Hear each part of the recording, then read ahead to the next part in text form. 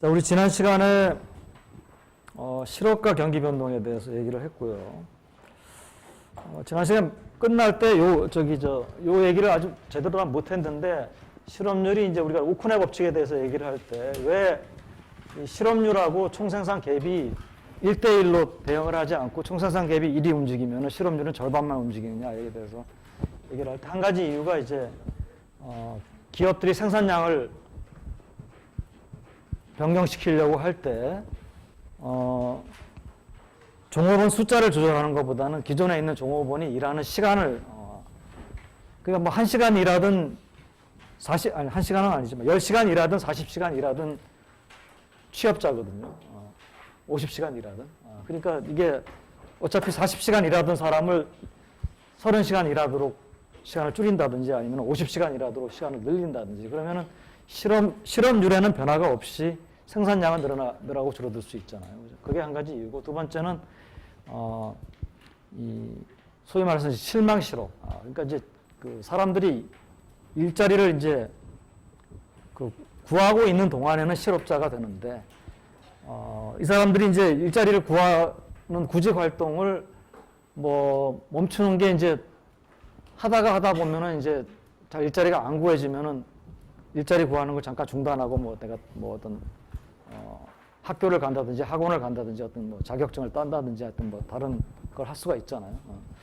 그래서 그것이 이 구직 활동이 하느냐 이런 여부가 내가 얼마나 구직 활동을 했을 때 취업을 할 수 있느냐라고 하는 가능성, 이거에 어느 정도 좀 의존할 거 아니에요.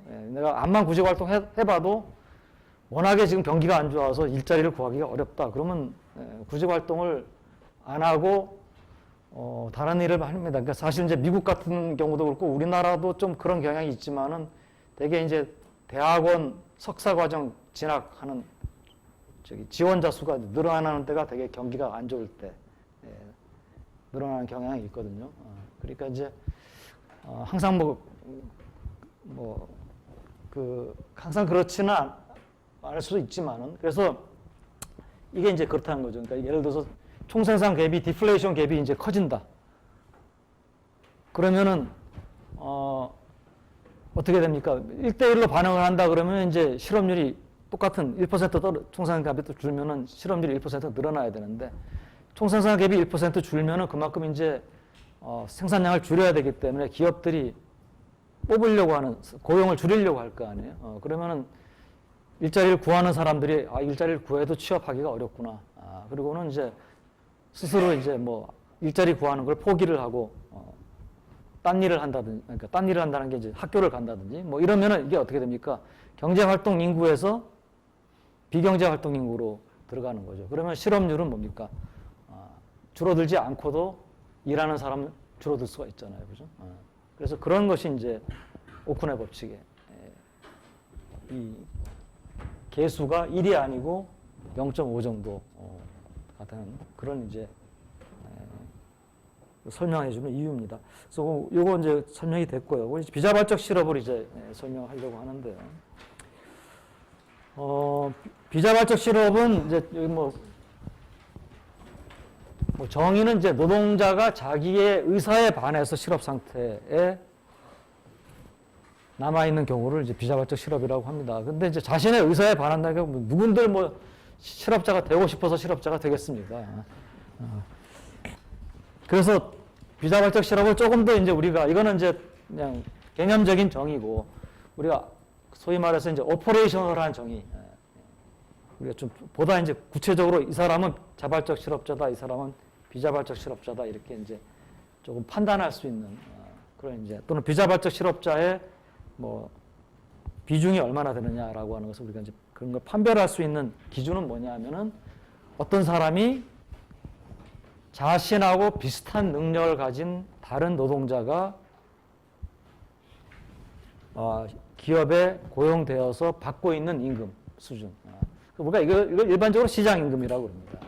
그래서 시장 임금 수준을 받고 일을 할 의사가 있는데도 그 사람이 일자리를 못 구하고 있다 라고 하면은 그 사람은 비자발적 실업자로 우리가 정의를 합니다. 그래서 우리가 비자발적 실업을 가장 잘 보여주는 게 이제 뭐 이런 그림인데, 여기서 까만 선은 이제 노동의 공급 곡선이 우상향하는, 그 다음에 이제 파란 선은 노동의 수요 곡선이고요. 우향하는 수요 곡선을 그렸습니다. 그래서 일반적으로 이제 그 노동시장의 균형은 뭐 두 개가 만나는 이점에서, 이게 만약에 경제 전체의 노동자에 대한 시장이라고 하면은 이 점은 이제 완전 고용에 해당되는 점이다. 우리가 이렇게 얘기를 할 수가 있죠. 근데 만약 어떤 이유에서든 임금이 W 스타에서 결정이 돼가지고 이것이 안 내려가고 여기서 고정이 돼 있다. 라고 한다면은 뭐 그 이유는 지금은 나중에 얘기를 하기로 하고요. 그러면 그 상태에서는 이제 어떤 사람들이 생기냐 하면은 여기 노동의 공급은 여기서부터 B점까지의 거리고요. 노동의 수요는 여기서부터 A점까지의 거리고, 그래서 AB만큼의 이제 실업자가 발생합니다. 물론 이 점에서도 실업자는 존재한다 그랬죠, 그죠? 이 점에서도 마찰적 실업하고 구조적 실업은, 자연 실업은 이 점에서 존재할 수 있고요. 요 AB에 해당되는 이제 실업은 거기에 추가해서 발생되는 이제 실업이라고 볼 수가 있고요. 근데 이 사람들의 특징을 보면은 이 점에서의 실업자는 어떤 사람이지 하면은 이 점보다도 다 오른쪽에 공급곡선상에 이제 오른쪽에 있는 실업자입니다. 그래서 이 오른쪽에 있는 노동자들을 우리가 이런 식으로 해석할 수 있다 그랬죠. 이 사람들은 나는 이 정도의 임금은 받아야지 나는 내 노동을 제공을 하겠다. 그걸 우리가 이제 유보임금이라고 그랬잖아요. 그래서 각자 이제 사람들마다 유보임금이 다를 수가 있어요. 어떤 사람은 뭐 나는 시간당 뭐 10,000원은 받아야겠다. 나는 11,000원은 받아야겠다. 그래서 이건 일종의 노동공급 곡선은 뭡니까? 유보임금이 낮은 사람부터 높은 사람까지 이렇게 줄을 쫙 세워놓은 게 이게 노동공급 곡선이라고 볼 수가 있고요. 그런 경우에 이 점보다도 오른쪽에 있는 사람은 뭡니까? 유보임금이 시장임금보다도 높은 사람들이죠. 그러니까 이 사람들은 뭡니까? 일반적으로 이 노동자들의 퀄리티는 다 똑같다고 합시다. 지금 여기서 이 퀄리티가 다르다고 하면 여기가 이제 틀린 얘기가 되죠. 다 이제 우리가 뭐 가상적으로 똑같다라고 했을 때 나랑 똑같은 생산성이나 또는 뭐 자기 능력을 가진, 스킬을 가진, 숙련도를 가진 노동자가 일반적으로 받고 있는 임금 수준 보다도 뭡니까? 이 사람들은 더 받아야지 나는 일하겠다. 그 사람들은 당연히 뭡니까? 실업 상태에 빠질 수밖에 없겠죠. 왜냐하면 시장에서 주는 임금보다도 나는 더 받아야지 나는 일하겠다 그러는데 더 안 주니까. 이런 사람들은 우리가 자발적 실업이라고 부르고요. 근데 이제 요 AB에 해당되는 사람들은 뭐냐면 이건 시장임금을 우리가 높게 그렸기 때문에 뭐 그렇지만 하여튼 뭐 시장임금이 이렇게 어쨌든 간에 이때는 W 스타가 시장임금입니다. 이 사람 현재 고용되어 있는 사람들이 일반적으로 받고 있는 임금 수준이죠. 이것하고 이 사람들은 뭡니까? 동일한 임금을 받겠다는 거거든요. 더 많이 받겠다는 게 아니고 여기 있는 사람들은 더 많이 받겠다는 거니까 이 사람들은 자발적 실업이지만 이 사람들은 똑같은 임금을 받겠다는데 일자리를 못 구했죠. 그러니까 이 사람들을 이제 우리가 비자발적 실업이라고 이렇게 이제 정의를 하는 겁니다. 자, 그럼 이제 비자발적 실업은 왜 발생하느냐? 이제 이 비자발적 실업은 이 비자발적 실업이 발생하려면은 무언가 이제 시장에서의 가격, 즉 임금이 자유자재로 움직이는 거에 대해서 무언가 이제 저해하는 요인이 있어야 됩니다. 왜냐하면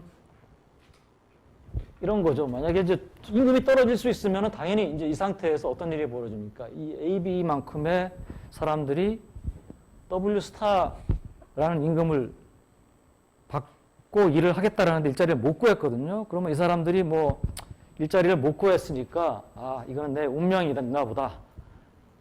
그리고 집에 가서 이제 뭐 발이나 씻고 낮잠이나 자자. 뭐 이렇게 강우는 좋은데 그렇지 않고 이 사람들이 뭡니까? 난 일자리를 구해야겠다. 그리고 이 중에 이제 일부는 뭡니까? W 스타보다 낮은 임금에 일할 용의가 있는 사람 있잖아요. 그죠? 유보임금이 낮으니까. 이 사람들이 어떻게 하겠습니까? 그냥 기업에 가가지고, 나 지금 이 사람들은 일자리를 급여에서 일하는 사람이고, 지금 일자리 못 구한 사람이에요. 가가지고 나 쟤랑 같은 능력을 가졌는데, 제가 받고 있는 임금보다도 나는 더 적게 받고 일하겠다. 그러면은 기업으로서는 더 적게 받고 일하겠다는데 같은 능력을 가진 사람인데 그 제한을 안 받을 이유가 없죠. 안 받아줄 이유가 없죠. 이게 뭐 이게 저 노동시장만 그런 게 아닙니다. 이거 지금 방금 내가 얘기한 게 뭡니까? 여러분들이 경제학 개론 처음 배웠을 때 가장 첫 부분에 나왔던 수요 공급의 법칙입니다. 왜 수요가 공급보다 많으면 가격이 올라가고 왜 공급이 수요보다 많으면 가격이 떨어집니까? 물건을 못 판 사람은 자기 물건을 싸게 팔려고 자꾸 하려고 할 것이고 물건을 못 산 사람은 자기 물건을 비싸게 약간 웃돈이라도 조금 주고 물건을 사려고 할 거 아니에요, 그죠? 그게 이제 수요 공급의 당연한 원리에 의해서 가격은 이렇게 떨어져 줘야 되는데, 그러니까 사실 비자발적 실업은 그러니까 어떻게 보면은 뭡니까? 좀 자연스럽지 않은 실업이에요. 비자발적 실업은. 그래서 떨어져 줘야 되는데 이게 못 떨어지게 하는 어떤 요인이 있다는 거죠. 그래서 그 대표적인 요인을 우리 이미 배웠죠, 그죠? 명목임금의 경직성을 가져오는 요인. 그러니까 뭐 우리가 명목임금 경직성에 한 가지 예가 이제 최저임금제도. 최저임금제도는 뭐 물론 이 모든 노동자에게 적용되는 그런 이제 그것은 아닙니다, 그죠? 그러니까 대부분의 노동자는 최저임금에 보다도 높은 수준의 임금을 갖고 있기 때문에 그러니까 이제 상관이 없고 가장 뭡니까? 숙련도가 낮은 그런 노동자들 시장. 그러니까 이제 사실 이제 노동자들도 다 어느 정도 이질성이 있기 때문에 그래서 이제 최저임금 제도도 그 가장 숙련도가 낮은 노동자의 시장이 있다라고 하면은 그 시장에서 아까 같은 그 그림이 그려질 수 있는 거겠죠. 그죠? 두 번째는 이제 보다 좀 일반적인 노동자에게 적용될 수 있는 임금 계약. 그러니까 한 번 이제 명목임금을 계약하고 계약 기간 동안에는 더 이상 못 움직인다라고 하면은 이제 그 계약된 임금은 처음에 계약을 할 때는 수요 공급이 이렇게 일치가 되는 그런 임금 수준으로 계약을 하겠죠, 그죠? 근데 이제 계약을 한 다음에 어떤 경제에 어떤 변화가 생겨가지고 뭐 노동 수요 곡선이 왼쪽으로 이렇게 이동했다든지 또 노동 공급 곡선이 오른쪽으로 이동하면은 아까 같은 그런 그림이 다시 나타나겠죠, 그죠? 그러니까 그런 이제 상황이 일어날 수 있는데 이건 뭐 우리가 이미 여러분들 알고 있는 내용이기 때문에 더 자세하게 그래서 만약에 이제 이것이 이런 거죠. 이제 그 임금 계약은 원래 이제 실질 임금이고 이건 명목 임금이라고 할 때 이제 뭐 우리가 굳이 정보의 비대칭성을 얘기를 안 하더라도 예를 들어서 실질 임금 이렇게 해가지고 여기가 LF고 여기 이제 W 스타라 그러면은 여기는 뭡니까? 명목 임금은 가지고 만약에 물가가 사람들이 뭐 예상하는 물가라고 생각해도 되고 그냥 물가라고 생각해도 되고 이건 뭐 모형에 따라 달라지는 거니까 이거는 P 곱하기 F-L이고 이거는 P 곱하기 HL이고 노동의 공급 곡선이고 두 개가 만나는 점에서 P 곱하기 W 스타에서 이제 완전 고용이 달성될 수 있는 거죠. 근데 어떤 이유에서든 일단은 임금이 여기서 이제 고정이 됐다고 합시다. 이렇게. 고정이 된 상태에서 어떤 이유에서 노동에 대한 수요가 이렇게 감소했다라고 합시다. 그러면은 노동에 대한 수요가 감소한 것은 이것도 감소한 거거든요. 그러니까 이거는 이제 두 개가 만나는 점이 좀 내려가니까 명목임금도 떨어지고 실질임금도 떨어져가지고 새로운 이제 노동시장의 균형점으로 가야 되는데 문제는 뭐냐면은 여기서 이게 W 바가 돼야지 임금 계약이든 뭐 최저임금이든 더 임금이 못 떨어지고 못 떨어지면은 뭡니까? 여기도 뭡니까? 실질임금으로 된 여기서도 못 가는 거예요. 여기서도 못 가고. 그러니까 이거는 실질임금으로는 원래 갈 수 있어야 되는데 명목임금으로 노동의 거래가 이루어지고 그 명목임금이 못 떨어지니까 실질임금으로 된 여기서도 균형으로 못 가는. 그러니까 이것 때문에 얘가 이제 균형을 원래는 이쪽에서 움직이는 건데. 그래서 그런 이제 내용이 아까 이제 말한 그 명목임금의 경직성, 그러니까 뭐 최저임금제도, 장기임금 계약 뭐 이런 것들이 이제 명목임금 경직성 모형이고요. 그런데 이제 뭐 여러분들이 이거는 뭐 당연하다 이렇게 생각되겠는데 문제는 이제 실질임금 경직성, 명목임금 경직성 모형 말고 실질임금 경직성 모형이라고 하는 것이 이제 보다 좀 거시경제학에서는 많이 얘기를 합니다. 자, 왜 그러냐? 우리가 명목임금이 경직적인 경우에 그러니까 비자발적인 실업은 존재하거든요. 그러니까 특히 경기적 실업이 비자발적 실업이니까. 그러면 경기적 실업이 뭐 늘어나고 줄어들고 이걸 설명하려면 일단은 뭡니까? 비자발적 실업이 있는 경우니까 이제 그걸 설명하기 위한 하나의 모형이 명목임금 경직성 모형이죠. 근데 명목임금 경직성을 가정하는 순간 어떤 문제가 생기냐 하면은 경기가 일반적으로 우리가 경기가 좋아질 때는 물가가 올라가든지 아니면은 물가가 올라가고 그러니까 이렇게 해봅시다. 일단 이렇게 얘기하고 현실을 얘기하죠. 경기가 좋을 때는 물가가 올라가고 경기가 나쁠 때는 물가가 떨어집니다. 그러면은 실질임금은 어떻게 됩니까? P분의 W인데 이게 고정이 되어 있으면은 물가가 올라갈 때는 실질임금이 떨어져야 되고 물가가 떨어질 때는 올라가야 되죠. 이게 이제 물가가 올라갈 때는 경기가 좋아질 때고 되게 물가가 떨어질 때는 경기가 나빠질 때니까 이런 경우에 뭡니까? 실질임금이 어떤 명목임금이 경직성 모형이 맞다면은 실질임금은 어떤 모습을 보여야 됩니까? 경기에 따라서 경기하고 반대 방향으로 움직여야 됩니다. 경기가 좋을 때는 실질임금은 떨어져줘야 되고 경기가 나쁠 때는 실질임금이 올라가야 되고. 자, 이거는 이제 물가가 평균적으로 이제 물가 상승률이 한 0%고 경기가 좋을 때는 인플레가 발생하고 나쁠 때는 디플레가 발생하는 경우고 만약에 이제 물가 그러니까 인플레이션이 일반적인 현상이다. 그러니까 평균적으로 물가가 한 4% 정도, 5% 정도 올라간다. 이럴 경우에는 이제 이 말이 어떻게 바뀌어야 됩니까? 뭐 그게 보다 현실적인 경우는 경기가 좋을 때는 물가가 5%보다 더 빠른 속도로 올라갈 거고 경기가 나쁠 때는 5%보다 느린 속도로 올라갈 거예요. 그럼 물가가 한 5% 정도 올라갈 거라고 사람들이 다 예상하고 알고 있다면은 명목임금이 경직적이라는 게 어떻게 되겠습니까? 명목임금이 딱 정해져 있는 게 아니고 매년 5%씩 올라가는 걸로 명목임금을 정하는 게 경직적인 거예요. 그게. 그렇잖아요. 물가가 매년 5%로 올라가고 있고 그거를 기업도 알고 노동자도 만약에 안다면은 둘이서 계약을 할 때 고정을 시키겠습니까? 명목임금을? 1년에 5%씩 올라가도록 계약을 할 거 아니에요. 그죠? 그렇잖아요. 여러분들이 만약에 종업원이라고 할 때 기업하고 협상을 할 수 있는 여지가 있다면은 무조건 받아들이는 게 아니고 물가가 5% 올라갈 테니까 나도 이것도 올려달라. 당연히 그렇게 할 겁니다. 그죠? 그러니까 뭐 이거는 그 논리는 상당히 맞아. 그러니까 예를 들어서 여러분들이 만약에 집에 혹시라도 아파트에 나 어디 상가에 조그만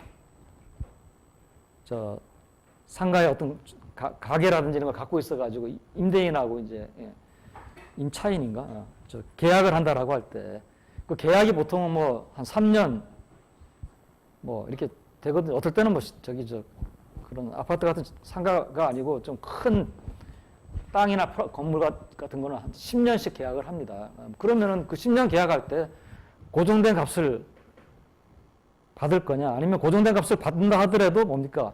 10년 동안의 물가 상승률을 예상해 가지고 어느 정도 값을 받으려고 그럴 거고요. 만약에 10년이 지난 다음에 또는 한 3년이 지난 다음에 새로 계약을 한다라고 할 때 최소한 뭡니까? 물가 상승률 정도를 내가 올려달라 그러면 상대방도 거기에 대해서 되게 반박을 못 해요. 사정이 어려워도 그 정도는 올려줘야 되는 걸로. 그러니까 이런 얘기들이 다 뭡니까? 서로 물가 상승률에 대해서 어느 정도 수준에 대해서 합의가 있으면은 그 정도 올라가는 건 당연하죠. 그러니까 그때는 뭡니까? W바가 5% 올라가는 거거든요, 매년. 그러면은 경기가 좋을 때는 P가 5%보다 빨리 올라가니까 그러니까 뭡니까? 실질임금은 떨어져야 되죠. 그러니까 이게 인플레가 있을 때는 명목임금의 상승률보다 경기가 좋을 때는 물가 상승률이 더 빨리 올라갈 테니까 실질임금은 떨어질 거고, 그죠? 그러니까 그렇게 이제 우리가 얘기를 할 수가. 어쨌거나 뭡니까? 실질임금은 명목임금 경직성 모형에서는 실질임금은 경기하고 반대되는 움직임을 보여야 돼요. 그죠? 이전에도 한번 얘기를 한 얘기죠. 이거 이제. 근데 현실은 뭡니까? 현실은 얘기한 대로 실질임금은 경기하고 약간 같은 방향으로 움직이거나 경기 순행성 가지거나 또는 뭡니까? 경기하고 거의 무관하게 이제 일정한 모습을 가집니다. 이게 이제 거시경제학을 하는 사람들이 이제 부딪힌 현실에 있어서 이제 문제입니다. 그러니까 명목임금 경직성 모형을 가지고 모든 걸 설명하면 굉장히 좋은데, 근데 현실이 뭡니까? 명목임금 경직성 모형을 지지를 못 해주는 거예요. 실질임금이 오히려 경직적이에요. 그래서 아예 비자발적 실업에 대한 모형이나 이런 것도 실질임금의 경직성 때문에 비자발적 실업이 발생하는 모형들이 이제 설명하는 모형들이 나오게 됩니다. 그래서 왜 우리가 이거 말고 이 이론이 나왔는지 이제 배경을 설명한 것이고, 실질임금 경직성 모형 중에 이제 몇 가지 이론들이 있는데 우리가 지금 거기서 세 가지 정도를 얘기를 하려고 합니다. 하나는 효율임금 이론, 또 하나는 내부자 외부자 이론, 마지막으로 암묵적 계약 이론, 세 가지를 얘기를 하려고 합니다. 효율임금 이론부터 얘기를 하겠습니다. 자, 효율임금 이론은 이제 이런 거예요. 우리가 앞서 얘기한 대로 우리가 K라고 하는 것은 자본은 고정된 생산 요소라고 지금 어떤 이유에서든 하여튼 경기 변동 정도의 사이클에서는 기업들이 자본은 움직이는 것이 코스트가 높기 때문에 안 움직이고 주로 노동을 통해서 이제 생산량을 조절한다라고 하면은 기업의 이윤 함수는 이렇게 되겠죠. 처음에 이걸 빼고 생각합시다. 그러면 우리가 생산성 우리가 A 붙이고도 했지만은 생산성은 우리가 지금 고려를 안 할 테니까 변화를 A 없이 그냥 처음에 E를 생각하지 말고 FL이라고 합시다. 그럼 우리가 봤던 이건 생산 함수죠, 그죠? 빼기 WL. 그러면 L은 노동이고 W는 실질임금이죠. 그러면 이 생산 함수 또 뭡니까? 이것도 뭡니까?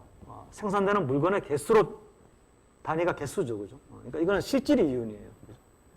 만약에 이게 명목으로 우리가 화폐 단위로 표시된 이윤이 되려면 이게 어떻게 바뀌어야 됩니까? 이 앞에 물건의 가격이 곱해져야 되고, 그죠? 그 다음에 여기는 명목임금, 실질임금이 아니고 명목임금으로 변해야겠죠. 그러니까 사실 똑같아요. 이윤 함수나 그러니까 실질이 이윤을 극대화시키는 거나 명목 이윤을 극대화시키는 거나, 왜냐면 여기다 P만 곱하면은 명목 이윤이 되니까, 그죠? 그러니까 우리가 이윤 극대화 조건을 풀 때 명목 이윤으로 조건을 푸나 실질 이윤으로 극대화 조건을 푸나 우리가 마찰적 요인이 없다면은 똑같습니다. 여기는 이제 실질 이윤 가지고 이제 극대화를 시킨다고 보면 되겠고요. 자, 그러면 이제 일단은 이렇게 실질 이윤을 극대화시킨다라고 할 때, 자, 만약에 이 경제에서 비자발적인 실업이 존재한다고 합시다. 비자발적 실업. 그러면은 이게 이제 비자발적 실업이 자연스럽지 않다는 걸 내가 얘기하려고 합니다. 자, 비자발적 실업자들이 아까 얘기한 대로 이게 내 운명인가 보다 그러고 집에 가는 게 아니고, 쟤하고 나하고 능력이 비슷한데 쟤는 일을 하고 있고 니네 회사에서 나는 지금 일자리가 없는데 제가 받고 있는 임금보다도 조금 낮게 받겠다. 그러면은 이 기업은 뭡니까? 지금 쟤를 고용하고 있는데 얘가 가가지고 그런 얘기를 했을 때 쟤를 내보내고 얘를 뽑으면 뭡니까? L은 똑같죠, 그죠? 그리고 W는 어떻게 됩니까? 약간 떨어지겠죠, 그죠? 그러면 그 제안을 안 받아들일 이유가 없어요. 그 제안을 안 받아들인다. 만약에 그러면 이 친구가 가가지고 쟤하고 나하고 똑같은 능력을 갖고 있는데 쟤 대신, 그러니까 내가 조금 더 낮은 임금을 받으니까 쟤 대신 나 뽑아달라. 라고 할 때 그 기업이 그 제안을 노라고 만약에 한다면, 안 받아들인다면은 그거는 뭡니까? 그렇게 했을 경우에 기업이 오히려 뭡니까? 이윤이 더 줄어들기 때문에 노라 그러겠죠. 그러니까 임금은 하락하지만 주는 임금 하락보다도 다른 어떤 또 추가적인 요인이 있으면 그게 이제 이런 것들의 키인데요. 그럼 키가 뭐냐? 한 가지 뭐냐 하면은 우리가 보통 얘기하는 근로효율이라고 한 겁니다. 근로효율. 근로효율이란 건 뭐냐면은 이건 이미 우리는 처음 배우네요, 여기서. 그러니까 우리 거시경제 모임에서 근로효율이라는 개념을 처음 우리가 얘기를 하는데, 그러니까 우리가 또 노동자, 이 근로효율이라고 하는 것은 이제 노동자 한 사람을 1시간 동안 이제 일하는 데다 이제 데려다 놨어요. 그래서 1시간 동안 일을 해요.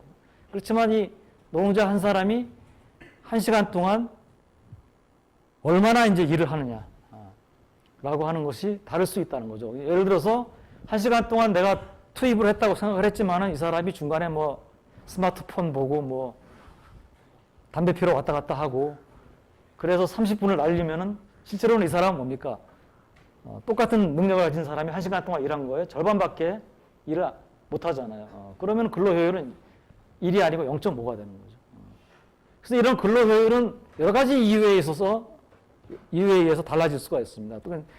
둘이서 똑같은 능력을 갖고 있는데 오늘 뭐 감기가 심하게 걸려가지고 일을 하는 게 좀 저조하다. 뭐 그러면 또 근로효율이 떨어질 수도 있죠. 또 능력의 차이가 있었어도 또 근로효율이 달라질 수가 있습니다. 똑같은 사람 1시간을 투입을 했다라고 하더라도 만약에 굉장히 힘이 좋아가지고 물건을 많이 나를 수 있다. 같은 시간 내에. 그럼 물건 나르는 작업에 있어서는 더 효율이 두 사람이 한 것처럼 만약에 이 사람보다 이 사람이 2배를 내가 물건을 나른다. 그럼 물건 나르는 작업에 있어서는 이 사람 두 배를 투입한 거잖아요. 그렇죠? 아니면 이 사람 한 사람을 투입했는데 근로효율이 2가 된 거예요. 그러니까 한 사람 투입해서 근로효율이 2개가 된 거나 두 사람 투입해서 근로효율이 1인 거나 같잖아요. 그죠? 그래서 그런 의미에서 이제 근로효율이라는 게 그런 의미입니다. 그죠? 그러면은 우리가 사실 여기다가 이 L에다가는 근로효율을 곱해줘야 됩니다. 그리고 여기는 뭡니까? 근로효율을 곱할 필요가 없어요. 왜냐하면 이거는 이 사람하고 이 사람하고 똑같이 1시간 일하면 내가 똑같은 실질임금을 준다.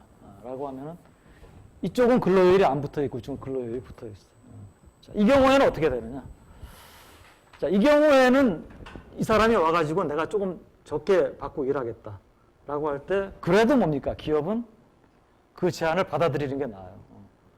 왜냐하면 어차피 지금 일하는 사람들의 근로효율이 이 사람 대신에 이 사람을 뽑음으로 인해 가지고 바뀌지 않는다면, 그러니까 이 상태에서는 여전히 뭡니까? 기업으로서는 낮은 임금에 일하겠다는 사람을 뽑는 게 더 낫습니다. 자, 마지막으로 이제 그래서 뭡니까? 기업이 이 제안을 더 낮은 임금에 일하겠다는 제안을 안 받아들이는 게 더 낫다고 판단할 수 있는 근거는 뭡니까? 그런 사람을 뽑았을 때 이 근로효율이 만약에 떨어진다. 그래서 이쪽이 떨어지는 것이 임금을 절약하는 것보다도 더 크다면은 내 이유는 뭡니까? 줄어들죠. 그죠? 그래서 그게 바로 뭐냐면 근로효율이 임금과 무관하게 결정되는 게 아니고 만약에 근로효율이 내가 고용한 종업원에게 주는 평균적인 실질임금 수준에 함수라면은 영향을 받는다면은 그러면 이제 기업이 다른 생각을 할 수가 있겠죠, 그죠? 그래서 이제 일단은 우리가 근로효율이 기업이 주는 평균적으로 지급하는 평균적인 실질임금의 증가함수라고 합시다. 그러니까 높은 임금을 주면은 사람들이 더 근로효율이 높아진다. 그 이유는 나중에 얘기를 하고 만약에 이렇다라고 하면은 어떻게 되겠습니까? 자, 만약에 어떤 사람이 와가지고 내가 낮은 실질임금에 일하겠다. 근데 요거 떨어지죠, 그러면. 웨이지 빌은 떨어지죠, 그죠? 그러니까 절약이 되죠, 그죠? 그런데 그 사람을 고용함으로 인해 가지고 근로효율이 떨어진다. 그러면 이쪽도 줄잖아요. 근데 그 근로효율이 떨어지는 정도가 임금을 절약하는 것보다도 내가 더 심하다라고 하면 이율이 뭡니까? 더 줄어들 수도 있겠죠. 늘어나지 않고. 그런 경우에는 그 제한을 놓으라고 그러겠죠. 그래서 그런 경우가 이제 있을 수 있다는 거죠. 그래서 우리가 이제 이윤을 함수를 쓸 때 F 생산함수에 L 곱하기 근로효율인데 근로효율을 이와 같이 이제 뭡니까? 실질임금의 증가함수로 이제 이렇게 집어넣고 파일을 이제 씁니다.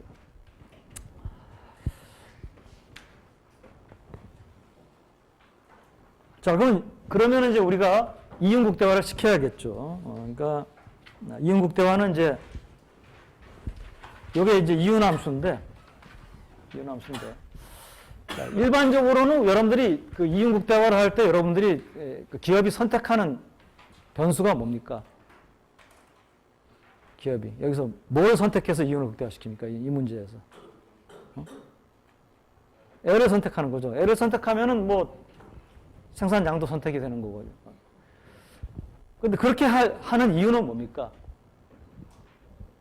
이 기업이 생산부 시장이나 노동 시장에 있어서 생산 요소 시장에 있어서 생산 요소 시장과 생산부 시장이 전부 다 뭡니까? 완전 경제 시장이라고 하는 걸 가정했을 때 기업은 뭡니까? 시장에 내가 어떻게 의사결정을 하더라도 시장에 내가 영향을 못 주면은 시장에서 결정된 W는 내가 받아들일 수밖에 없으니까. 그럼 그 W 내가 받아들이면은 내가 할 수 있는 거는 뭡니까? 여기서 W는 시장에서 결정돼서 나에게 주어지는 것이고. 그게 완전 경제 시장이잖아요. 완전 경제 시장의 의미를 여러분들이 이제 완전 경제 시장에서는 그 시장에 참여하는 참여자들은 뭐 수요자든 공급자들이든 간에 프라이스는 뭡니까? 시장에서 결정되는 거예요. 내가 어떻게 할 수 없는 거예요. 내가 어떻게 할 수 없는 거는 뭡니까? 나는 결정된 것을 숫자로 받아들일 수밖에 없죠. 그러면 그거는 내 선택 변수가 아니죠. 숫자 이미 결정된 걸 내가 받아들일 수밖에 없으니까. 그 정도 있고. 그러면 L밖에 선택할 수 없잖아요. 그죠? 자, 그런데 이 문제를 이제 그 이윤국대화 조건을 푼 게 누가 풀었냐면 솔로우라고 하는 이제 뭐 많이 들어본 경제학자죠. 원래 이제 솔로우는 노벨상을 받은 경제학자인데 솔로우가 노벨상을 받은 그 업적은 솔로우에게 노벨상을 준 업적은 경제 성장 모형을 솔로우가 이제 만들어내서 받았죠. 그렇지만 뭐 워낙에 이 솔로우는 뭐 대가기 때문에 뭐 여기저기 자기 이제 자신의 업적, 족적을 남기는. 그래서 이쪽에서는 이제 족적이 있고요.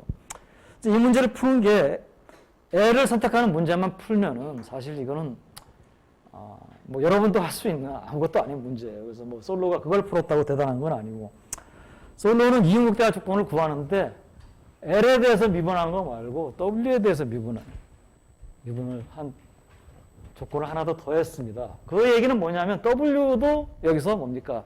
실질임금도 기업이 선택할 수 있는 변수가 된 거예요. 자, 그럼 W가 가격이 선택할 수 있는 변수가 된다. 그거는 뭐 없는 경우는 아니에요. 어떤 경우에 그게 가능합니까? 그렇죠. 불안정 경쟁이 있는 경우에 뭐 이런 경우는 이제 생산 요소 시장이니까 기업이 수요자니까 뭐 모놉선이라든지 뭐 디옵선이라든지 뭐 이런 뭐 올리고옵선이라든지 이런 이제 수요자가 이제 그 과점 수요자인 경우 뭐 이런 경우가 되는데 자 여기서 키는 뭐냐면은 우리는 그런 걸 가장 안 할 거예요. 완전 경제 시장이에요. 완전 경제 시장인데 W를 선택할 수 있다. 이게 퍼즐이에요, 퍼즐. 퍼즐인데 사실은 퍼즐이 아니에요. 왜 그러냐? 자, 여러분들이 우리가 시장이 완전 경쟁일 때 우리가 가격을 우리가 선택할 수 있는 변수가 아니고 기분으로 우리가 프라이스 테이커가 돼야 된다라고 우리가 얘기할 때는 언제 했냐면은 예를 들어서 보세요. 내가 지금 사과를 파는 업자인데 지금 사과 시장은 완전 경쟁 시장이에요. 그래서 사과 가격이 지금 하나에 1,000원으로 결정이 됐어요. 그럼 내가 사과를 뭐 더 많이 팔든 적게 팔든 1,000원은 나는 굉장히 조그만 공급자이기 때문에 가격에 영향을 못 미쳐요. 그래서 내 이윤이 극대화되도록 내가 사과를 몇 개 팔 것이냐만 결정합니다. 그럼 그 가격을 내가 선택할 수가 없죠. 그죠? 자, 그런데 내가 가격을 선택할 수 있어요. 어떻게 선택을 할 수 있느냐? 내가 사과를 1,000원에 안 팔고 내가 900원에 팔겠다. 이때. 시장은 완전 경제 시장인데 그 시장에서 가격은 1,000원이에요. 내가 900원에 팔겠다. 그러면은 다른 사람들은 다 1,000원에 팔고 있는데 이 사람 900원에 사가 못 팔겠습니까? 시장 가격이 1,000원이니까 소비자들이 너는 시장 가격보다 낮게 파니까 나 너한테서 안 사. 그게 아니고 오늘 재수가 좋네. 다 와가지고 이 사람 거 사갔거든요. 자기가 팔고 싶은 만큼 팔 수가 있어. 자, 그럼 이게 뭡니까? 우리가 이때까지 완전 경제 시장에서는 가격이 모든 사람이 프라이스 테이커가 돼야 된다라고 하는 것은 뭡니까? 수요자는 시장 가격보다 더 낮은 가격에 못 산다는 것이고, 공급자는 뭡니까? 시장 가격보다 더 높은 가격에 못 판다는 거예요. 근데 수요자가 시장 가격보다 더 높은 가격을 주고 사겠다. 또는 공급자가 시장 가격보다 더 낮은 가격에 팔겠다. 라고 하면은, 그거 마다할 이유, 그게 안 될 이유는 없습니다. 뭐 법에 의해서 그걸 막는 사람도 없을 거고요. 그럼 뭡니까? 이때 이 기업이 뭡니까? 노동시장에서 수요자죠. 수요자가 그러니까 시장 가격보다 더 높은 가격을 주고 내가 고용을 하겠다라고 하면은 그것 때는 뭡니까? 임금이 선택 변수가 되는 거예요. 그래서 L하고 W가 둘 다 여기서 이제 이윤국대화를 위한 선택 변수가 되는 거예요. 우리가 이건 불안정 경쟁을 가정하는 게 아니고요. 생산물 시장이나 생산 요소 시장이 완전 경쟁 시장인데도 왜 가격이 선택 변수가 되느냐라고 하는 그런. 자, 그러면 이제 이 문제를 푸는데요. 이건 뭐 사실 뭐 미분만 좀 하면은 됩니다. 그래서 이 파이를 이윤을 아까 봤던 이윤 함수를 L에 대해서 미분하면은 E 곱하기 F-는 W라고 하는 식의 조건이 나오고요.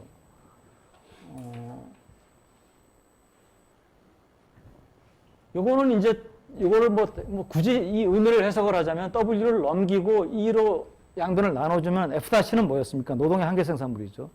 노동의 한계 생산물이 이전에는 뭡니까? 실질임금하고 같도록 고용을 하는 것인데 이거는 뭐 2로 나눠주는 거니까 이것을 이제 2로 나눠줬기 때문에 이가 근로효율이라고 그랬잖아요. 그 근로효율 한 단위당 실질임금. 그러니까 이거는 뭐냐면 이 사람이 똑같은 실질임금을 받더라도 근로효율이 2배가 되는 사람은 이 사람에게 실제로 주는 실질임금은 2분의 1 밖에 안 되는 셈이 되잖아요. 그죠? 그러니까 그걸로 조정을 해주는 그런 의미밖에 없는 것이고. 두 번째 조건은 조금 이제 그렇습니다. 이거는 뭐 여러분들이 미분은 이제 이게 체인룰이 들어가기 때문에 이거는 미분 자체는 어려운 미분은 아닌데 이 조건을 이렇게 이제 쓰면 이렇게 됩니다. 9-8이 됩니다. 그래서 9-7하고 9-8 두 조건이 되는데 그냥 보면은 이 조건이 좀 어렵고요. 이제 이 두 조건을 이용해 가지고 그러니까 두 조건을 이용한다는 건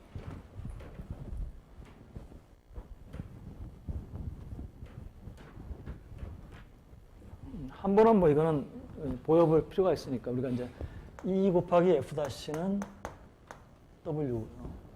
두 번째 조건은 L 곱하기 F 프라임의 DW, DE. 이를 이제 W에 대해서 미분한 거 마이너스 L. 이거 이제 제로죠. 이걸 이제 오른쪽으로 넘기고 이거를 이제 F-를 사실은 소거하기 위해서 하는 짓인데 뭐 좌변은 좌변끼리 나누고 우변은 우변끼리 이제 나누죠. 그러면은 이 L에 F-는 서로 없어지고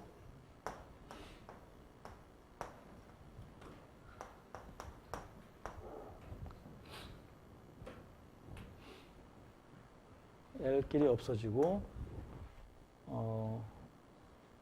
요거를 오른쪽으로 이제 넘기면은요. 이렇게 없어지고 넘기면은 이렇게 되죠.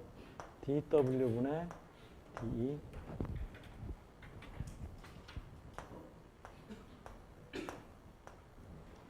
곱하기 넘겼으니까 2분의 W 이퀄 이제 1이 됩니다. 그죠? 요렇게 여러분들이 보면은 조금 이해가 잘 안 될지 모르지만은 요거를 이제 원래 이렇게 쓰는 게 사실 좀 문제가 있는 건데 W분의 dW 2분의 D라고 이렇게 이제 만약에 쓰면은 이러면은 요거는 여러분들이 보면은 의미가 있어요. 이건 뭐냐면 내가 이 W라고 하는 함수가 있는데 W가 1% 변했을 때 E가 몇 퍼센트 변하느냐. 이거잖아요. W의 변화율 분의 E의 변화율이잖아요. 여러분들 이거 할 때 뭐 이거 한 게 많이 한 게 이게 만약에 수요 함수가 있다라고 할 때 P의 변화율 분의 수요의 변화율. 이게 바로 뭐였습니까? 수요의 가격 탄력성이죠. 그러니까 탄력성 얘기하는데 바로 딴 게 아니에요. 그러면 이거는 뭡니까? 이건 가격이 근로효율의 실질임금 탄력성이죠. 근로효율이 실질임금에 대해서 얼마나 탄력적이냐. 탄력성이 뭡니까? 1이 되도록 뭐가 선택되는 겁니까? W가 선택이 되겠죠. 그래서 이거를 이제 우리가 솔로 조건이라고 부릅니다. 이 조건을. 이렇게도 쓸 수 있고, 뭐 이렇게도 쓸 수 있고. 그러면 이 조건이 충족되는 게 어떻게 되느냐를 이제 한번, 이건 솔로 조건을 한번 우리가 실제로 좀 구경을 해야지, 여러분들. 그래서 만약에 근로효율 함수가 W하고 이런 모양을 가지고 있다라고 이제 봅시다. 이런 모양을 가지고 있다. 이건 이제 우리가 얘기한 근로효율 함수의 특성을 만족시켜요. 왜냐하면 우리가 근로효율 함수에 대해서 얘기한 건 오로지 뭐였습니까? 근로효율은 W의 증가함수였죠. 그죠? E를 W에 대해서 미분했을 때 그 값이 양이었죠. 그러니까 기울기의 값이 다 양이거든요. 그러니까 뭐 이건 하나의 근로효율 함수의 예라고 볼 수가 있습니다. 그렇죠? 예. 물론 근로효율 함수는 뭐 이거 말고도 뭡니까? 기울기가 양인 거는 뭐 선형 함수도 있을 수가 있고 얼마든지 뭐 다른 모양도 있을 수가 있겠죠. 자, 이런 경우에 솔로 조건을 만족시키는 데가 어디냐라고 하는 건데요. 솔로 조건 이거는 우리가 해석을 하기 위한 것이었고 원래 솔로 조건은 이거였잖아요. 제대로 된. 여기서 요거를 오른쪽으로 넘겨 봅시다. 그럼 뭐냐면 dW 솔로 조건이에요. dW d는 W분의 1. 요게 솔로 조건. 요거를 이렇게 요것만 오른쪽으로 넘기면 저렇게 쓸 수가 있잖아요. 자, 요거는 뭡니까? 우리가 EW라는 함수가 있는데 E를 W에 대해서 미분한 거죠. 그러니까 이 근로효율 함수에서의 기울기죠. 접선의 기울기. 요거는 뭡니까? 요거는 아까 얘기한 뭡니까? 이거는 이제 근로효율 단위당 실질임금을 역수로 놓은 거잖아요. 근데 이 W분의 1은 이 그림에서 뭘로 측정이 되냐 하면은 어떤 A라고 하는 접에서의 W분의 2는 뭡니까? A에서 이쪽으로 이렇게 넘기면 이게 이제 A에 해당되는 W고요. 이쪽으로 보내면은 A에 해당되는 2잖아요. 그리고 이게 삼각형의 밑변이고 높이기 때문에 2 나누기 W는 뭡니까? 원점하고 A점을 이은 선의 기울기 자체가 2 나누기 W가 됩니다. 그럼 B는 이거하고 원점을 이은 선의 기울기. 그러면 이 조건은 이 그림에서 어떤 점이 저 조건을 만족시키냐면은 그 점하고 원점을 이은 직선의 기울기하고 그 점에서의 접선의 기울기가 동일해지는 점. 그럼 그런 점이 있는지 한번 찾아봅시다. 찾아보니까 B점을 보니까 B점에서의 접선의 기울기는 이 점선이죠. 그리고 B점에서 사실은 이제 B점하고 이 B점을 어떻게 구한 거냐면 원점에서 지나가면서 이게 원점에서 어떤 선을 그었을 때 그 선이 접선이 될 수 있는 그런 선을 그은 거거든요. 그러니까 원래는 이제 이게 이렇게 있을 때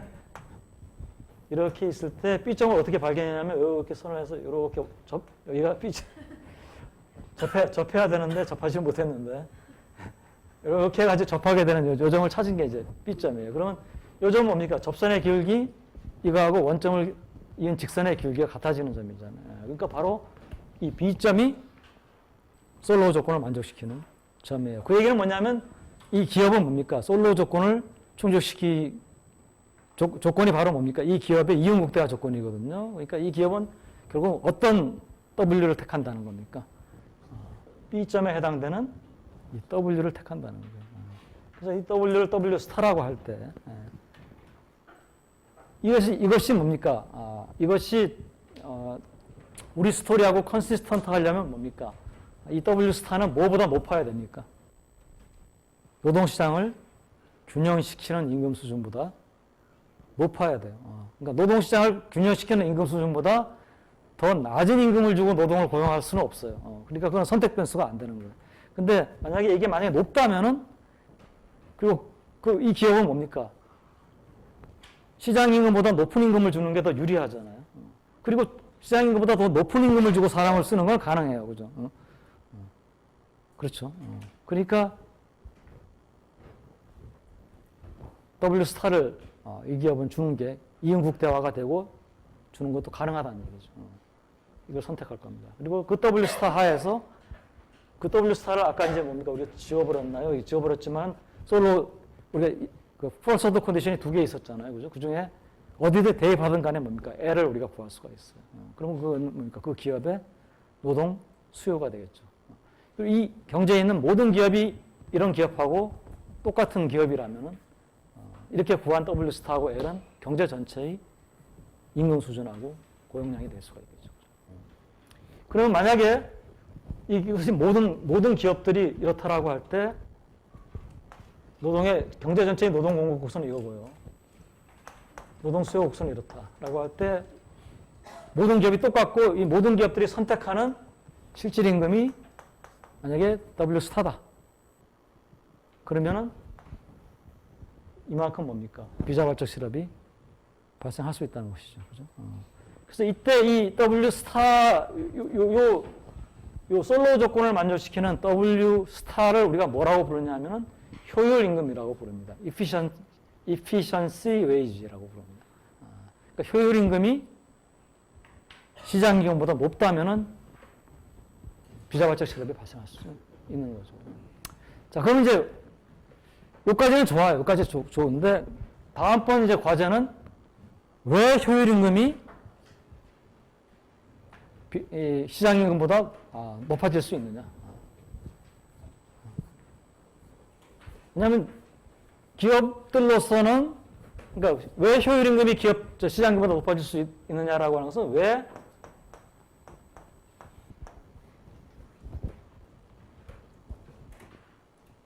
근로효율이 실질임금의 증가함수가 될 수 있느냐. 왜 더 남들보다 높은 실질임금을 주면은 왜 근로효율이 높아질 수 있느냐. 이런 얘기입니다. 그래서 여기는 이제 여러 가지 모형들이 있어요. 사실은 모형. 그러니까 왜냐하면 이게 한 모형을 얘기를 하면은 또 그걸 가지고 이제 실제 자료를 가지고 좀 테스트를 해보면 좀 불만족스러운 점이 나오고 뭐 이러니까 이제 여러 가지 모형이 있는데 몇 가지 모형이 있는데 여러분들 뭐 하나하나 모형을 다 알 필요는 없고요. 그렇죠? 그 하나하나 각 모형에 들어있는 논리만 조금 이해를 하면은 다 비슷한 논리가 있습니다. 첫째, 이게 가장 이제 이 효율임금 이론의 원조를 찾는다면은 이제 영양이론, 뉴트리션 스토리인데요. 이거는 뭐냐 하면은 이 실질임금이 굉장히 낮아가지고 지금 현재 받는 실질임금 가지고는 노동자들이 뭐 겨우 끼니를 하루에 뭐 한 2끼 겨우 먹고 그래가지고 뭐 건강도 골골하고 이런 상태다. 자, 이런 상태에서는 뭡니까? 실질임금을 더 준다라고 하면은 노동자들이 뭐 2끼 먹던 걸 3끼 먹을 수 있고 그러면 힘도 생기고 건강도 좋아져서 더 일을 잘할 수 있다. 자, 지금 뭐 이제 이 얘기는 이 이론은 영양 이론은 뭐 요즘 이제 소위 말해서 이제 뭐 웬만한 개도국이나 선진국에는 뭐 적용되지 않는 이론이 모형이지만 하지만 뭐 여러분들이 그 뭐 가끔 가다가 이제 TV에서 다큐 같은 거 하는 걸 보면은 뭐 이제 저 후진국이나 저개발국에서 굉장히 근로 조건이 열악하고 거기서 받는 돈 가지고 뭐 가족들하고 같이 나눠 먹기도 어렵고 뭐 그런데 실제로 있잖아요. 그리고 특히 이제 이것이 일반적으로 적용되는 것은 이제 우리 소위 말해서 산업혁명 시기. 우리가 산업혁명 시기 초기에는 이 농촌 지역에서 도시 지역으로 온 산업 예비군들이 굉장히 이제 많아가지고 그래서 이 사람들의 근로 여건이 굉장히 열악했었습니다. 임금 수준이 낮았고 그래서 이 뭐 영향 이론이 어느 정도 적용이 될 수 있다고. 이건 뭐 일반적인 이론은 아니다. 좋습니다. 그러면 두 번째 이제 근무 태만 모형, 이제 쇼킹 모형입니다. 여기부터는 이제 조금 여러분들 이제 이해를 좀 모형의 논리를 조금 이해를 했으면 좋을 것 같습니다. 모형의 모형 자체를 수식으로 소개하는 거는 뭐 안 할 텐데. 자, 근무 태만 모형 이겁니다. 이거는 이제 소위 말해서 성악설에 근거한. 이건 뭐냐면 근로자들은 가만히 놔두면은 일을 안 하고 그냥 담배를 피거나 뭐 뭡니까 저기 스마트폰으로 보거나 뭐 하여튼 뭐 그런다는 얘기죠. 그리고 그거를 우리가 보통 뭐라 그러냐면 일을 하는 거는 우리가 워킹이라고 하잖아요. 워크라고 하면은 일을 하러 가가지고 일을 열심히 안 하고 그냥 슬금슬금 노는 걸 우리가 셔크라고 이제 표현합니다. 그래서 쇼킹 모델이라고 해요. 우리말로 그냥 근무 태만이라고 번역을 했는데, 근데 뭐 성악설이지만 뭐 사람 자체가 나빠서 그런 게 아니고, 뭐 사실 뭐 노는 게 더 일하는 것보다는 더 효용이 높잖아요. 그러니까 기업이 월급 임금 주고 아무런 간섭을 안 하면은 당연히 뭡니까? 노는 게 효용 극대화예요. 그거는 당연하죠. 그러니까 뭡니까? 기업들이 이제 그거를 막기 위해서 뭔가 장치들을 하죠. 감독자를 붙여가지고 하루에 뭐 열심히 일하고 있는지 뭐 그냥 물리적으로 이렇게 가서 보기도 하고 뭐 돌아다니면서 시험 감독하듯이 뭐 딴짓 안 하고 있는지도 보고 뭐 아니면 뭐 이제 뭐 성과급제도 하루에 몇 개 만들어내느냐 이제 미니멈 너희들은 몇 개 만들어내 여러 가지 제도들이 나오잖아요, 그죠? 그래서 이게 쇼킹 모형인데. 자, 이 쇼킹 모형에서 이제 노동자들이 쇼크를 안 하고 워크를 하도록 만들 수 있는 하나의 방법이 뭐냐 하면은 여러 가지 방법이 있습니다. 하나의 방법은 그 감독자들을 한 사람마다 노동자 한 사람마다 한 사람씩 붙여가지고 그냥 계속 일거수일투족을 감독을 하게 만드는. 그러니까 뭐 화장실 가도 따라가가지고 딱 저기 일 볼 시간만 딱 일 보고 나오는지 감독을 하고. 자, 근데 문제는 뭡니까? 이거는 뭡니까? 코스트가 크죠. 왜냐면 감독자도 코스트가 있잖아요. 그죠? 감독자 월급도 줘야 됩니다. 그러니까 일일이 감독하는 거, 이것도 사실 비용이 들어요. 그러면 한 가지 이제 기업들이 생각해낸 게 뭐냐 하면은 감독을 하긴 하되, 그러니까 랜덤하게 하는 거예요. 왜냐면 랜덤하게 한다는 건 딴 게 아니고 뭐 일하는 사람이 100명인데 감독자가 1명이다 그러면 돌아다니다가 걸릴 확률이 뭐 전혀 없지는 않겠죠, 그죠? 쇼킹하다가 딴짓하다가 걸리는 확률이. 그렇지만 항상 걸리는 건 아니죠, 그죠? 그러니까 노동자들은 이제 뭡니까? 항상 걸리지 않으면은 이제 내가 걸려도 뭐 내가 받는 페널티하고 걸릴 가능성하고 고려해가지고 이제 쇼킹을 할 건지 워킹을 할 건지 이제 결정을 할 겁니다. 그러면 이제 노동자가 만약에 쇼킹하다가 걸렸어요. 그럼 해고한다고 합시다. 해고했을 때 그 노동자가 나가가지고 다른 비슷한 실질 임금을 받을 수 있는 다른 직장을 쉽게 찾을 수가 있다면 노동자로서는 뭡니까? 페널티가 별로 없어요. 그렇죠. 내가 근무 태만하다가 재수가 없어가지고 확률 한 5%밖에 안 되는데 걸렸어요. 걸렸지만은 뭡니까? 내가 그 기업에서 나와서 다른 기업에서 바로 같은 임금을 받고 일자리를 구할 수 있다면은 그 노동자로서는 뭡니까? 페널티가 없어요. 그러면 쇼킹하는 게 당연합니다. 그럼 페널티를 만들어줘야 되는데 그 페널티를 만드는 게 이제 뭐냐면 다른 기업에 그러면 이 사람이 우리 기업에서 쇼킹하다 걸린 사람이라는 걸 뭐 어떻게 그럼 이제 그보다도 이제 한 가지 방법이 뭐냐면은 내가 다른 기업들보다도 높은 임금을 줍니다. 높은 임금을 줍니다. 그럼 뭡니까? 우리 이 기업에서 쇼킹하다가 해고당해서 다른 기업에 가면은 원래 기업에서는 이렇게 높은 임금 받았는데 다른 기업에 가면 시장 임금밖에 원래 기업이 시장 임금보다 높은 임금 주고 있었다고 해요.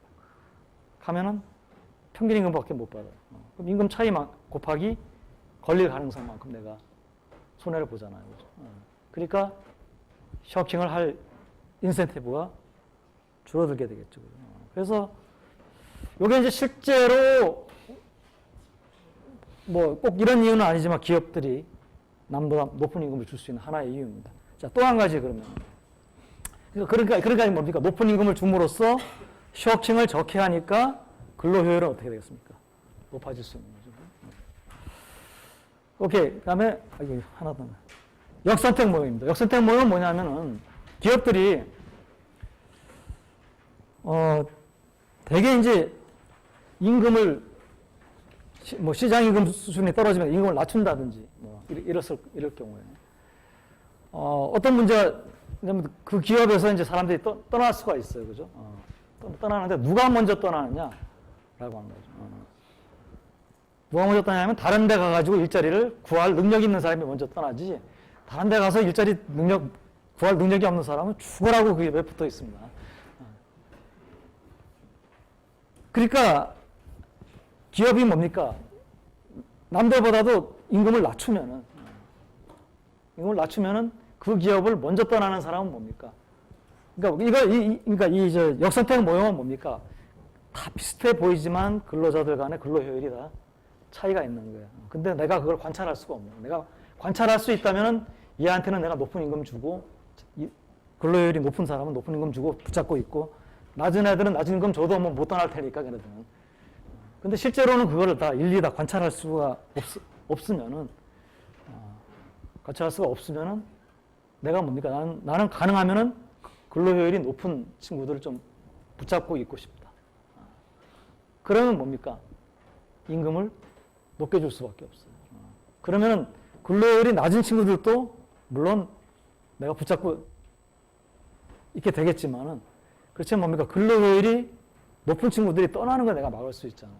그래서 걔네들까지 데리고 있을 수 있으니까 내가 만약에 그걸 임금을 낮게 해주면은 지금 있는 친구들 중에서 근로효율이 낮은 친구들 그대로 있고 높은 친구들 중에 일부가 떠나버릴 거예요.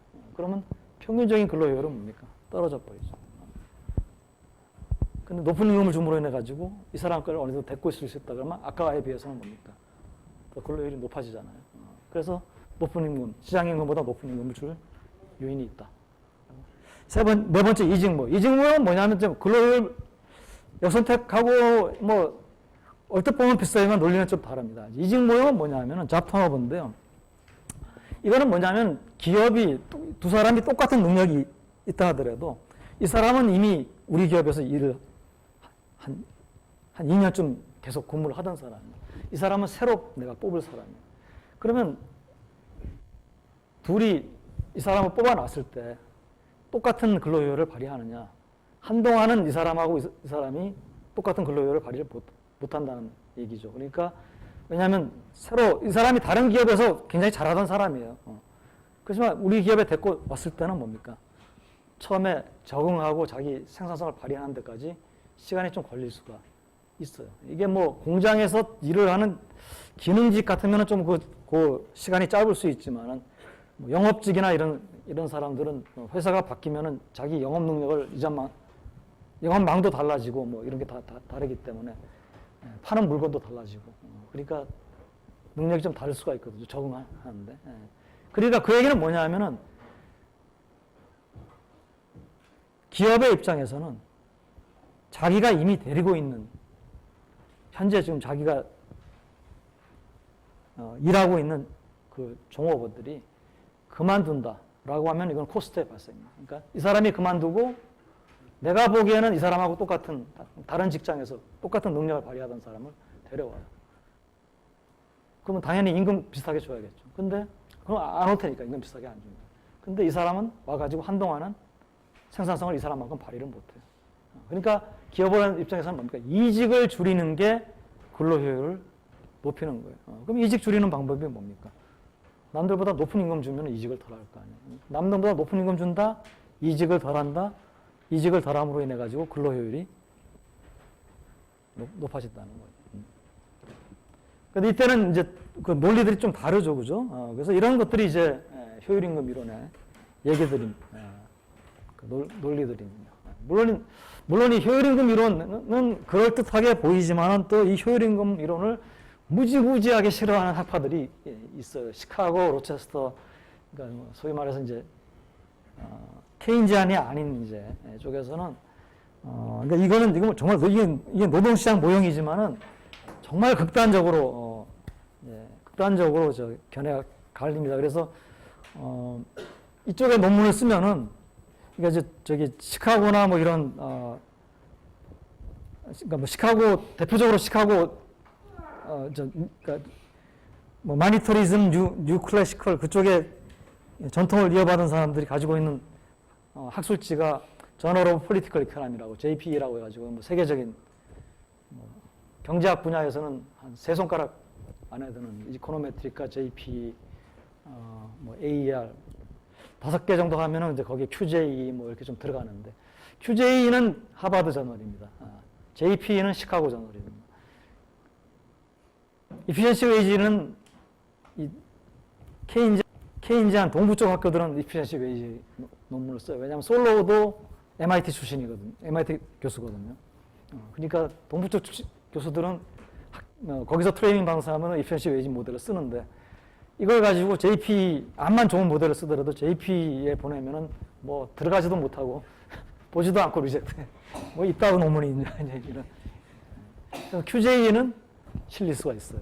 그러니까 이 정도로 학문에서도 굉장히 이제 견해 차이가 극명하게 드러나는 데는 극명하게 드러납니다. 그러면 여담이고, 자 내부자 배우자 이론. 내부자 배우자 이론은 딴 게 아닙니다. 이건 두 번째 이론이죠. 실질임금 정직성을 설명하는 두 번째 이론. 내부자 배우자 이론. 내부자는 이미 기업에 고용되어 있는 근로자, 현재 이미 일하고 있는 사람. 외부자, 실업자입니다. 그러니까 실업자라고 하는 건 뭐 실업자도 되지만은 뭡니까? 대학을 졸업하고 일자리를 구하러 이제 바로 경제활동 인구에 들어가서 실업자인 사람도 있을 수 있잖아요. 처음 일자리를 구하는 사람. 또는 뭐 일자리를 구하려고 하는 사람도 뭐 거기에 그래서 들어갈 수 있는. 그래서 내부자하고 외부자는 기본적으로 기업에 대한 바기닝 파워에 비대칭성이 있다는 거죠. 자, 왜 비대칭성이 있느냐? 아까 얘기한 그겁니다. 아까 얘기한 내부자를 교체를 하면은 그 기업은 뭡니까? 새로운 사람은 생산성이 떨어진다 그랬죠. 그러니까 내부자가 그만두겠다. 라든지 이런 스트레스를 하면은 기업으로서는 비상이 걸립니다. 내가 사직서 써가지고, 일이 있어서 그만둬야겠다라고 이렇게 딱 냈을 때, 당연히는 아니지만, 안타깝지만은 일이 있다니까 받아주겠습니다. 뭐 이렇게 기업에서 나오면은 그 사람은 정말 쓸모없는 사람이에요. 웬만한 사람이라면은 상사들이 다 이사가, 야, 그게 무슨 일이 있어? 꼭 잡아. 뭐 이런 식으로 나와요.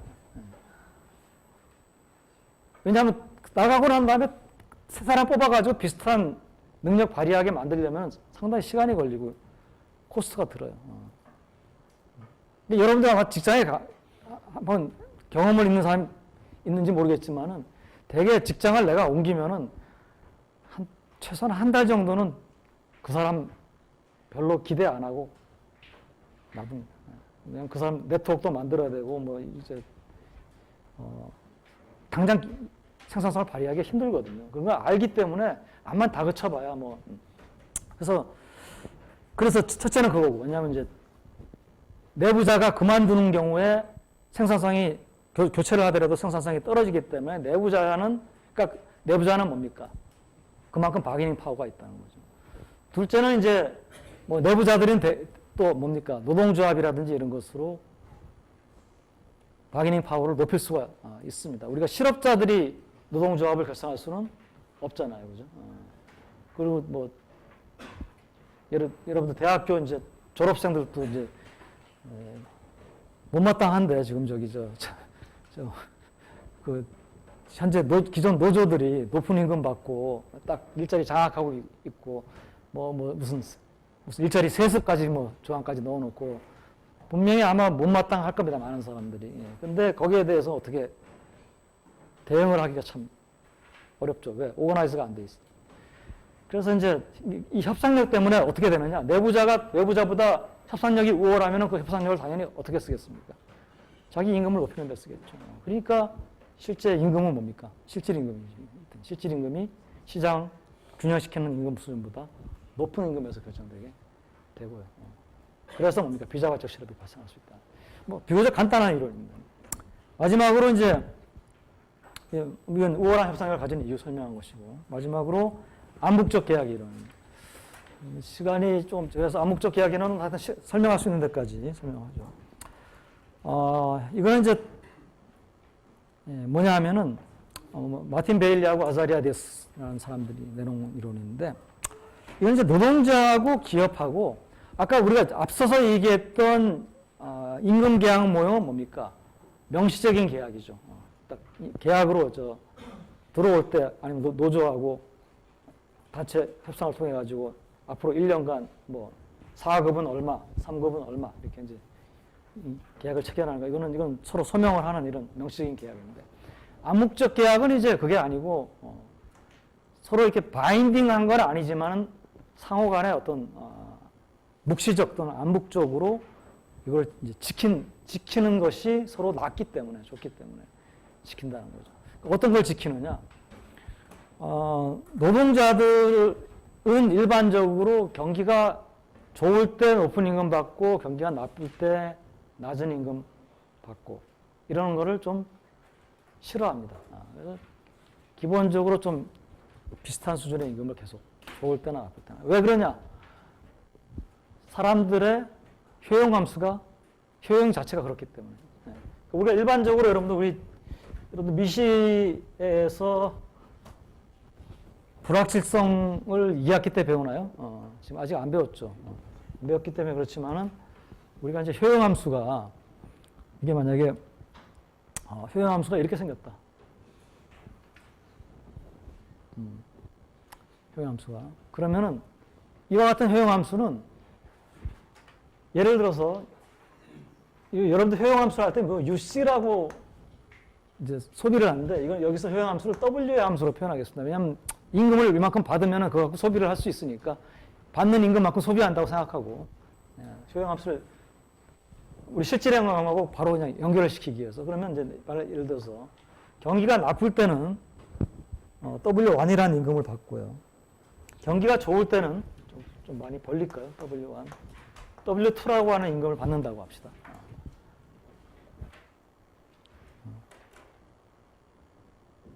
자, 그러면은 이 사람은 경기가 좋을 때는 효용이 이만큼이에요. 나쁠 때는. 경기가 좋을 때는 효용이 이만큼이에요. 그죠?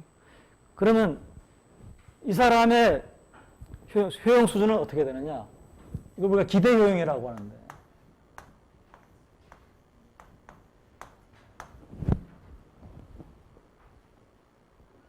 이거는 기대치고요. 효용의 기대치입니다. 그럼 이거는 뭡니까? 경기가 나쁠 때의 효용하고 경기가 높을 때의 효용에 곱하기 뭡니까? 확률을 곱해주면 되잖아요. 경기가 좋을 확률이 우리가 낮을 확률이 P고, 맞나요?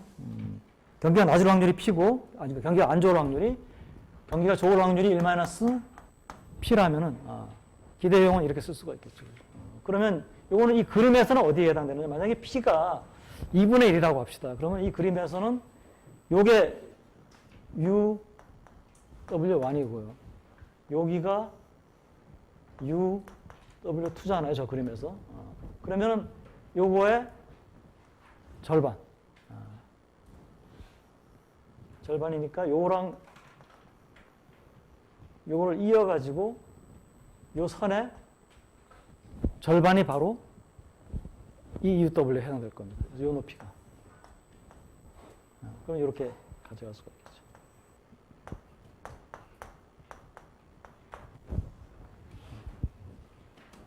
그렇죠? 그러면 근데 우리가 이 사람이 이와 같은 형합수를 가진 사람이 이 사람에게 우리가 이 패키지 대신에 다른 패키지를 우리가 준다고 합시다. 다른 패키지는 뭐냐 하면은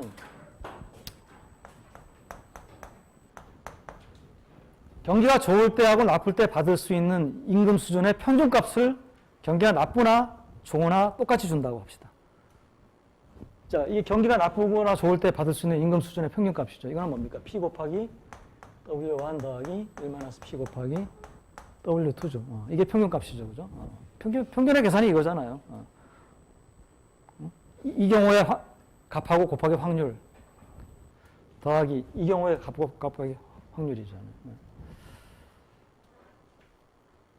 그러면 이 W의 어떤 평균값이다. 를 준다. 그러면 그 W의 평균값은 어떻게 되냐 하면은 이 모형에서 바로 여기가 W의 평균값이 됩니다. W1하고 W2의 평균이고 P가 만약에 2분의 1이라면은 요 선의 절반 정확하게 중간이게 되겠죠. 그죠? 만약에 P가 2분의 1이 아니라면은 웨이트가 P가 요쪽이 되겠죠. P 1-P가 되도록 그렇게 이제 정의가 중요해요. 그죠? 그래서 바로 여기가 될 겁니다. 그러면 만약에 임금을 좋을 때 나쁠 때 다르게 주질 않고 평균에 해당되는 임금을 그대로 준다면은 그 사람의 효용은 어떻게 되겠습니까? 여기서 요까지 올라가 가지고 이렇게 되겠죠.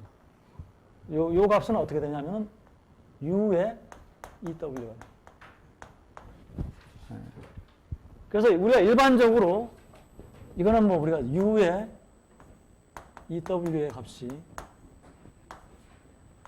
E의 UW의 값보다 이거 뭐 이렇게 쓰니까 여러분들 굉장히 좀 헷갈릴 겁니다. 그렇지만 차차히 앉아가지고 의미를 생각해 보면은 이와 같은 효용 체계를 보이는 사람을 우리가 위험 기피자라고 우리가.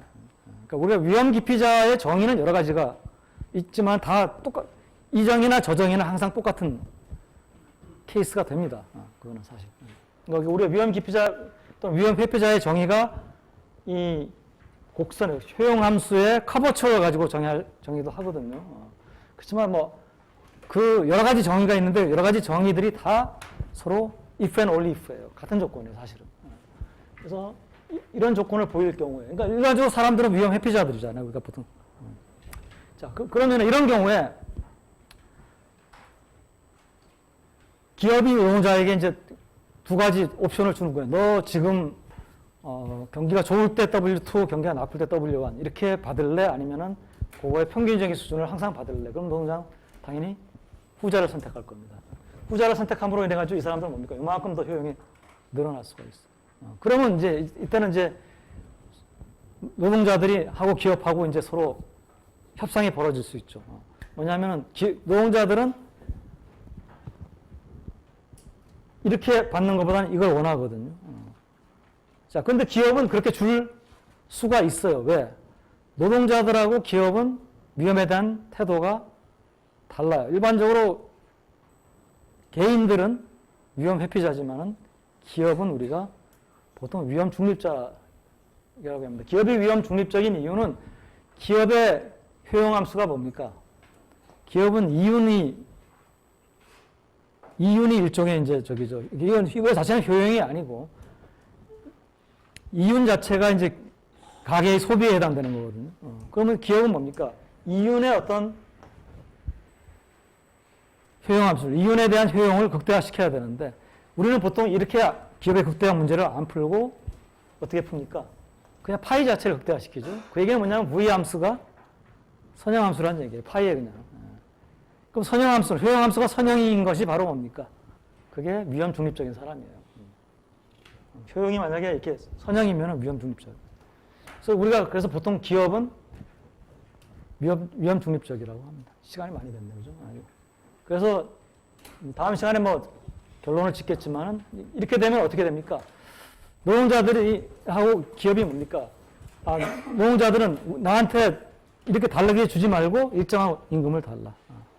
그러면 기업은 그렇게 줄 수 있거든요. 근데 그냥 주기는 아깝잖아요. 그러니까 요걸 이제 이용하는 거죠. 왜냐하면 노동자들은 지금 이미 서로 다른 임금을 받을 때 그때 효용이 오거든요. EUW거든요. 그러면 이 노동자한테 얼마의 임금만 고정적으로 주면 되냐면 요걸 여기서 이렇게 수평선을 이렇게 그어가지고 이렇게 내려왔을 때 요거를 W 스타라고 한다면 요만큼만 줘도 노동자들은 뭡니까? 서로 다른 임금을 받았을 때 효용하고 똑같은 효용 수준이잖아요. 그러니까 기업으로서는 이걸 줄 게 아니고 좀 낮게 주려고 그러겠죠. 그래서 실제로는 장기적으로 협상을 하는 과정에서 임금은 뭡니까? W 스타에 가깝게 갈 것이고 대신에 고정된 임금을 주는 그런 이제 그래서 이것은 뭡니까? 서로 계약을 하는 게 아니고 노동자들은 이걸 고정된 임금을 받기를 원하니까 서로 이제 임금을 주고받고 어떤 그런 이제 그런 서로의 이제 간에 이런 관계가 계속되면서 가능하면 우리가 실제로 임금을 경기가 좋으면 높게 주고 경기가 나쁘면 낮게 주고 이러지는 않잖아요. 되게 이제 기업들이 일정한 급여를 많이 받잖아요. 그죠? 그런 체계로 가는 것이 이제 그렇게 되면 W 스타에서 뭡니까? 임금이 실질 임금이 이건 실질 임금이거든요. 실질 임금이 정직적이 되는 거죠. 그래서 그게 이제 다 설명했네. 다음 시간에 마무리를 짓겠습니다.